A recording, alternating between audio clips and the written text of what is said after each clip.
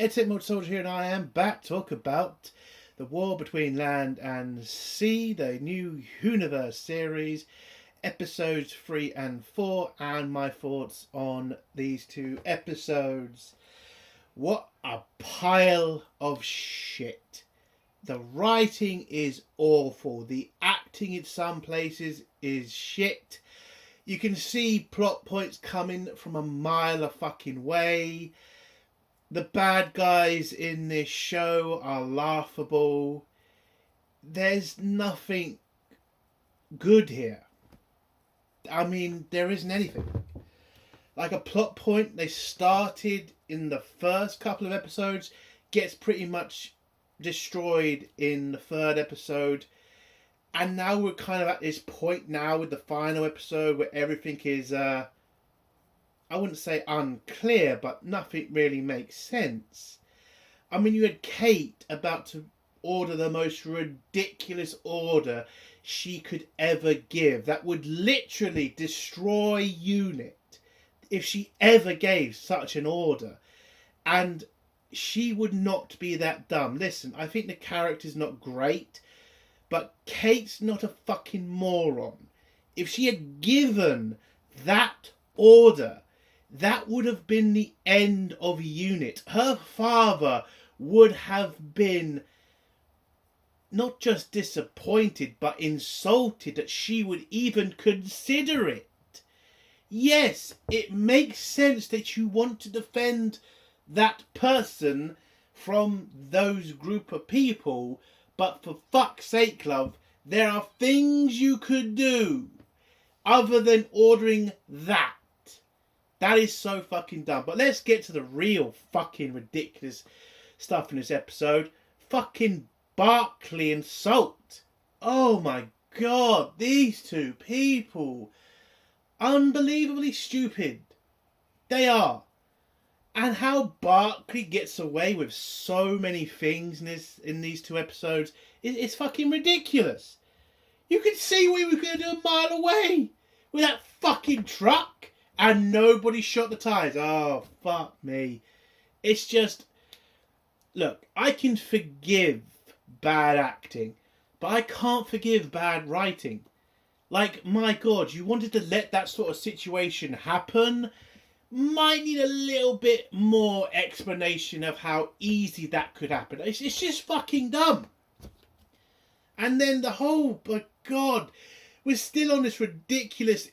You know, we can't insult the Sea Devils. I'm not calling them the other name. I refuse. You can't insult them. And yet there's that guy talking about dissecting her, and Barclay's so insulted. Like, oh, I don't think that's a little bit racist. Like, come on, dude. I mean, shut the fuck up. Oh, God. It's just... The Sea Devils are written so ridiculous in this series. Like, they are written like they're just this tribal people who are just trying to live their fucking lives. And it's just, that has never been the Sea Devils. Like, the Sea Devils have wanted to take back the Earth. Like, they have tried multiple fucking times to do this. They have tried to poison humanity. They've tried to kill. They've killed humans. Oh, what really pisses me off in these two episodes is nobody mentions the fact the Sea Devils killed thousands of people. Like somebody brings that to Barclay, and Barclay's like, yeah, but we've done shit too. Like, dude, they just killed thousands of innocent people with their garbage bullshit stunt. And humanity is, and oh my God, how humanity is written in this show. Oh God, it's so bad. Like, the show is trying to make you as the audience be against the humans and think how bad the humans are. It's like, what do you mean? The only reason I hate the humans in this series is they don't seem to have a backbone. And the only ones that seem to have a backbone are fucking stupid. She just killed thousands. Why isn't the first thing out of the whole world's mouth apologise? We demand that you... I don't know, hand over prisoners. Like, Jesus Christ, they just killed thousands of people, and it's like nobody could give a shit. Not to mention what it's going to do to the world economy, to poor countries. by the way, that have probably been devastated by that sort of attack. But no mention. No, it's still like, well, the Sea Devils are still the good guys, so we should still be on their side. It's like, I'm not on their side. That was wrong. They should have been called on it. And every time somebody tries to call them on it, Barclay's right there to say, well, they're not all bad. Like, shut the fuck up, Barclay. Oh, and Barclay still fucking annoying me with like, oh, am I the right person to be leading this? Oh, I'm so sad. Like, dude, I'm on your side. I wish you weren't fucking our ambassador. I really do. Because having you as an ambassador is fucking ridiculous. You are against humanity in every sense of the fucking word. How you can be our ambassador is ridiculous. I'm on your side there, Barclay. Don't worry. God, and how the bad guys are written. I'm sorry, but what am I supposed to be against here? They're trying to save humanity from a fucking species that that literally has tried to kill us and wipe us out multiple fucking times. And now we've got to be sorry about this because what? We fucking poisoned the waters. I'm against that too, but they don't ever seem to mention who's poisoning the majority of the waters, do they? No, because that would be a unpolitically correct, wouldn't it? Oh, who's putting all this shit in the water? I know people are going to say, well, it's the oil companies, well, it's the fucking manufacturers. Yes, I get that shit too, but they're not the only ones. There are big countries that dump a lot of shit in the sea. Like China, like India. And that doesn't ever seem to be mentioned in this show. It just seems to be the big oil companies are the bad guys. It's like, dude, I'm on your side when it comes to the oil companies being dickheads. No, I'm not against that. But when you're not mentioning all the other assholes out there who are poisoning our seas, it seems like you've got an agenda. I can be fair if you're mentioning everybody who is fucking up the sea, but when the show is just so slanted to the fact it's businesses and fucking oil companies, it's just ridiculous because they're not the only ones. Yes, they are doing it, but one, they're not the biggest part of it, and two, they're not the ones doing the worst of it. Jesus. But yeah, the bad guys are written so fucking pathetic in these 2 episodes. It's ridiculous. I will give the episode, the 3rd episode, 1 credit. They finally got rid of a bunch of people I could really do without. I'm sorry, listen, I can be petty, but that guy's accent just annoyed me all the time. So kind of glad. I'm not going to mention that, sorry, I'll wait till spoilers, but yeah. So would I give these 2 episodes out of 10? Well, they're the worst episodes so far, so 1 and 0. 1 for the 4th episode and 0 for the 3rd episode. I feel like the 3rd episode really felt fucking pointless. A bit. So yeah, 0 and 1. Fucking hell, these are bad episodes. I don't know what RTD was expecting with this series. It's not entertaining. It's not fun. It seems like I'm being put in front of a screen to have a telling off. Which I don't watch shows and films to have that shit in front of my face. I'm sorry, I don't. So, let's get to spoilers now. If you don't want to hear spoilers, leave in 3, 2, 1. So, the 3rd episode starts off with the whole deal from the last episode of meeting the Sea Devils at their place of whatever, which is in the Mariana Trench all the way to the bottom. So they built this submersible that's supposed to be able to take the pressure, and have picked a bunch of random assholes who apparently majority of them don't want to be there and won't stop bitching about it. There's an Indian guy, an Asian woman, and a Scottish bird. The Scottish bird from the first couple of episodes, Security Girl, I don't know what the fuck she's called. And the American Admiral, whose accent pisses me off because it's so fucking telling. Listen, I hate the bad accent shit, okay? It pisses me off and takes me right out of the show. I don't know why they didn't just hire an American. They've got the same issue with another American general who's also bloody, I think he's from North England. I think he is, because you can tell kind of a little bit by his accent. But anyway, So it's and the American Admiral and Barclay.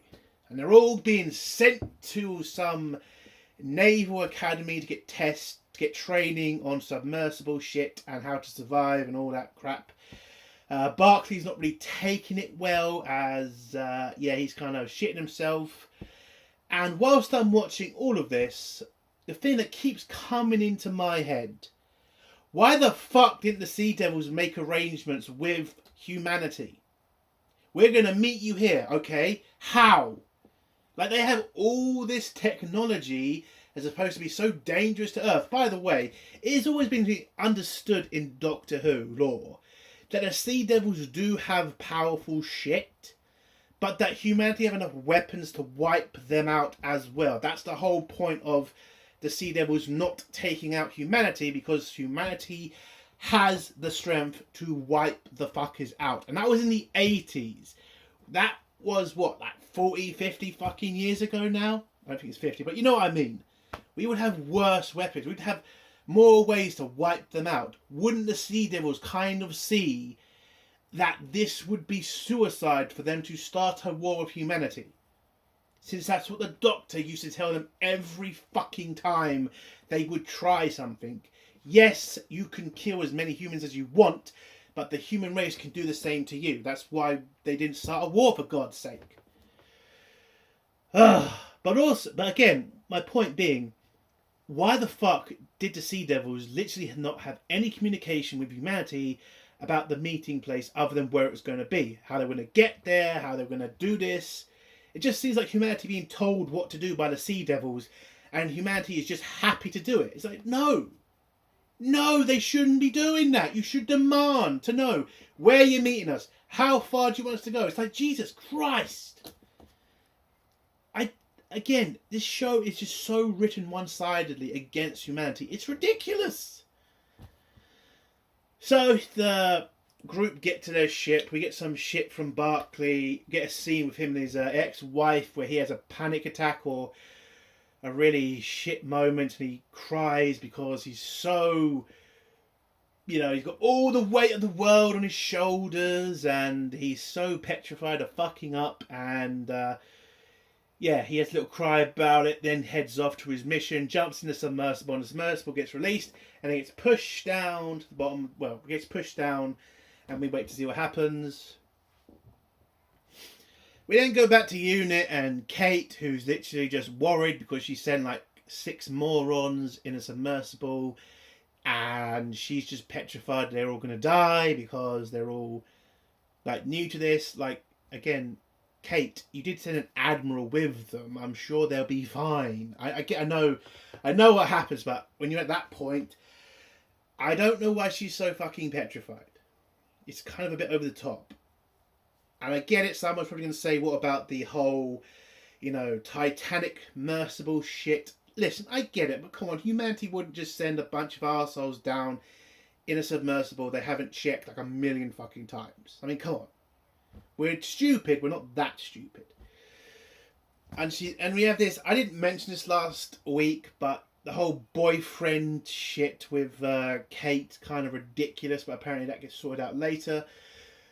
But yeah, her boyfriend's kind of worried about her, she's not sleeping, and he then tells her, I've seen this before, people working themselves to death, and you need to take a break, and Kate being like, no, I'm a strong, powerful woman, I can do all this shit, I don't need a break. He's like, Jesus Christ, love, you need a fucking break. Grow the fuck up, get some fucking sleep, and come back in the morning. It doesn't make you look tough if you collapse. It's just stupid. And I've been in work environments like that. And guess what? I don't fucking work myself to death. I see that I'm fucked up, and I go home and fucking sleep. It's kind of what you have to do, because you'd rather fall asleep at home than fall asleep in a dangerous situation. So all this bullshit being tough when you need to have a rest is ridiculous, because real humans don't do that. Some people may go a little bit over the top, but they don't go that far. Sorry. So yeah, we had that whole scene with a boyfriend. We go back in a submersible where we, get these weird conversations between the Indian guy and the South African guy. South African guy is called Ted, and the only reason I know his name other than everybody else's name is because he wouldn't shut the fuck up. Every scene Ted is in, he won't shut up. He's always that. You know when you go on a trip and you have the arsehole who's trying to make everybody feel better and make jokes, and you're literally wanting to strangle the motherfucker because I'm not in the fucking mood. Would you shut the fuck up? I don't need you to be my fucking friend for this journey. Could you just shut the fuck up? I'm sorry, I have been on a lot of fucking trips like that, and there's always that motherfucker who won't shut the fuck up and thinks that he's doing everybody a favour by trying to make us all play games and tell jokes. I am trying to get through this. I don't need your bullshit right now. I'm sorry, so many fucking times I've had to deal with that son of a bitch. And you always feel like an arsehole when you deal with him and tend to shut up. But again, he just won't shut up. Anyway. So, in the submersible, they tell stories with each other. Indian guy says how he's going to take all his family out, all 19 of them. Ted just trying to make jokes, but then starts panicking because he feels a leak in the submersible, where you kind of can understand where he starts to freak out because, you know, a leak in a submersible means certain death. But then he's kind of calmed down because Barclay tells him, I read the shit. Sorry I had to answer that. Where was I? Yeah, you know, Ted finding the leak. Yeah, I get it. You know, the whole Titanic merciful blowing up thing. If I was in a submersible and I'd felt that, I'd probably be shitting myself too. But Barclay, you know, calms him down by telling him he read the manual, and he calms down after that. Then the submersible somehow gets taken over by the Sea Devils, gets brought down, and they get out of the submersible, and they're in this kind of like, they're in this like weird environment where it's a Sea Devils place. I don't know what the fuck it's called. They then meet with Salt, and Salt introduces herself and says you can take off your mask because everybody can breathe. She has this weird moment with Barclay. They then walk through a bunch of caves, whatever they're called. Then the caves they change, and it's then just Barclay and Salt on their own, where you get this really weird fucked up scene where Salt feels Barclay's face and says you have emotions. It also turns out apparently Sea Devils are telepathic, apparently. I think that's what they said. And then you get this weird thing from Barclay. Now, this to me feels like a woke scene because where Salt is feeling Barclay's face, Barclay then tries to have a feel of Salt, and he grabs her shoulder and just feels strength. And I'm sorry, this scene is so fucking ridiculous. So you can tell that by touching her shoulder then, Barclay, can you? You can tell that. What, she got some muscle, you can feel like, for fuck's sake, like, why didn't he touch her face? Like, that's all I could see in that scene. It's like, why are you just touching her shoulder? Why, like, she touched your... Is this some sort of bullshit where a woman can touch her face, but if a man touches her face, that's rape? I shouldn't say that on here, should I? Shit. Well, that... I mean, it's ridiculous. I know it's a little thing, I know. But come on, man. Seriously? You can't touch her face. It's ridiculous. Anyway, we go back to London, where the Prime Minister is having a meeting with a bunch of foreign admirals and generals and a businessman. And they're all pretty much discussing about the worst case scenario, which is a war between land and sea. And Kate comes in, is so insulted by the fact UNIT was not invited. And I'm just like, bitch, you're UNIT. You answer to the government. The governments of the world do not answer to you. That has never been how it goes. And then you got the Prime Minister going, oh, I'm sorry, Kate. Oh, we just want to start a little bit early. Dude, you're a fucking boss. The fuck, that was me. I would have said, sit down and take your seat. I'm the Prime Minister. You're the fucking head of UNIT. I'm your boss. What the fuck? Oh, you got this right ridiculous scene where it's so written like, oh, all these people in this room are all bad guys. Like, I get it with the whole, oil tycoon dude. Yeah, sure. I mean, that guy plays an arsehole in everything he's in. I get it. But come on. They're making plans for just in case there is a war between land and sea. And yes, Kate's got to be the person in the room that says, oh, war's bad, let's not do a war. Let's use, diplomacy. But come on, Kate, your old man wouldn't have been sitting back and just taking shit from the Sea Devils. He would have been in the room as well and probably said, yeah, we should probably have some, arrangements for just in case we're going to go to war with the fucking Sea Devils. It's like Kate seems to be so against it. Like, I get it, she doesn't want to see a war, but come on, should humanity not be ready for it? Especially after they were attacked by the Sea Devils?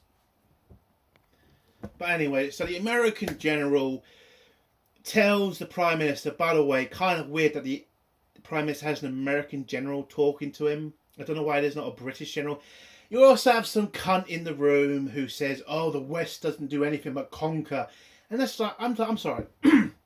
You can leave any time, love. You can fuck off any time you want. You got a problem with the West being fucking strong and taking over shit? Be my guest and piss off where you feel like you're more welcome. I'm sorry, but that scene pissed me right off. Fucking conquerors. Like, oh, shut the fuck up. Sorry, that little scene, but that really pissed me off. Oh, shut up. I would have said that to her. Shut the fuck up. Such a ridiculous statement to say. Oh, the West knows nothing but conquest. Like, oh yeah, and every other part of the fucking world didn't do dog shit, right, love? It was just us nasty Europeans who conquered the world. No other country in Asia, in Africa, none of them fucking did shit. No, it was just us Westerners. Shut the fuck up. Anyway, so the meeting goes pretty much the way you expect it to. Kate's just pissed off and walks out, and the Prime Minister just tells the General, do we have a plan B for her in case the war starts? And he says, yes, they have weapons, sound wave weapons that could probably kill a shitload of Sea Devils, and yeah, they're prepared. And then they talk about the dirty stuff that might need to happen, because the evil oil dude says they have plans in place to kind of deal with the Sea Devils as well. We then go back to Kate in her office.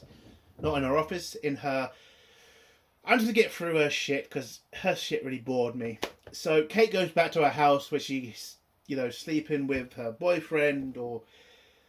No, she takes the advice of her boyfriend, takes some couple of hours off, but still then goes back to work. He mentions it, she goes near a window. Somebody takes a shot at her, but ends up killing her boyfriend. She's very hurt by this. Unit sends a special forces group to go deal with the assassin. They kill him, and then she tries to figure out who the arsehole who sent the assassin. We then get to the final part of the episode where we are introduced to the Sea Devils' living arrangements, or city. Turns out they don't have cities. Turns out the Sea Devils are nomads. So, yeah, they have no cities. They just live in the water.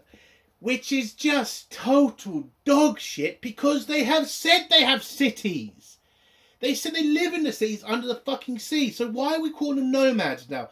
Oh, that's right. We can't make them seem anything like Westerners. No. They gotta be tribal. It's like, why? Why do the Sea Devils need to be fucking tribal? Oh, that's right. They have to be the good guys. Like, shut the fuck up. It's like the Sea Devils having fucking spears and shit. It's like they had fucking, laser weapons. They was those stupid, tube things they fired in the 80s. They're not fucking tribal shit. They're a fucking, ancient culture that had, laser fucking beams, for God's sake. But no, we're going to throw that all away and give them this new bullshit fucking, culture. It's just ridiculous. That's not the fucking Sea Devils. And so she introduces Sea Devils, they're all lining up on all these pillars and shit.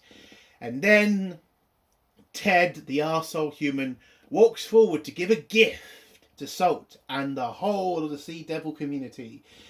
And it turns out it's a bomb. It's a sound wave bomb, but Barclay figures out that it's an assassination attempt and intervenes and pushes the bomb away from Salt, and it blows up, killing everybody in the human party and a bunch of, I think, thousands of Sea Devils. But Salt uses her power to save Barclay, and they race up to the top of the ocean. And that's how episode 1 ends. Episode 2. So episode 2 starts with the aftermath of the assassination attempt. Turns out humanity have been given some sort of footage that shows Salt planned an assassination on the diplomats that came down to see her. It's obviously a deep fake, we all know that. But humanity has failed for this hook, line and sinker. And now they've arrested Salt, and Barclay's on the phone to the woman in the wheelchair at UNIT and telling them it wasn't Salt, it was Ted who was carrying a bomb. And he says that they should release Salt, but they said, listen, they need to think about what's going to happen next. They need to know what the Sea Devils are also going to do next, because they did just kill a shitload of Sea Devils. Or at least somebody did. So they bring Salt back to London. They put her on a cage and load her onto a truck. And you get the dumbest scene, other than the really worst part of the episode, but one of the dumbest scenes of the episode where Barclay gets talking with this truck driver, because as we all remember, Barclay used to be in charge of, well, DMV and shit like that, you know, drivers and truckers and whatever. And he gets talking with this guy, calls him out for being racist against the fish. Dumb scene. And then manages to convince the driver of the fucking truck to hand in the keys to this secure vehicle. And UNIT just let it happen. They just let it happen. Barclay walks over to the truck and no fucking intercepts him. Even though there's about, 20 armed UNIT soldiers. And nobody takes a shot. Barclay is not taking anybody hostage. There's no bulletproof glass. You could have shot him in the arm, the leg. You could have shot out the tires of the truck. For fuck's sake, you could have done 100 fucking things to stop Barclay from doing what he did. And these UNIT soldiers seem to be more retarded than anything. And are just like, nah, we'll just let him do it. Then what the fuck? Then what the fuck, man? Why are you paid? Why are you there if you can't secure a fucking truck?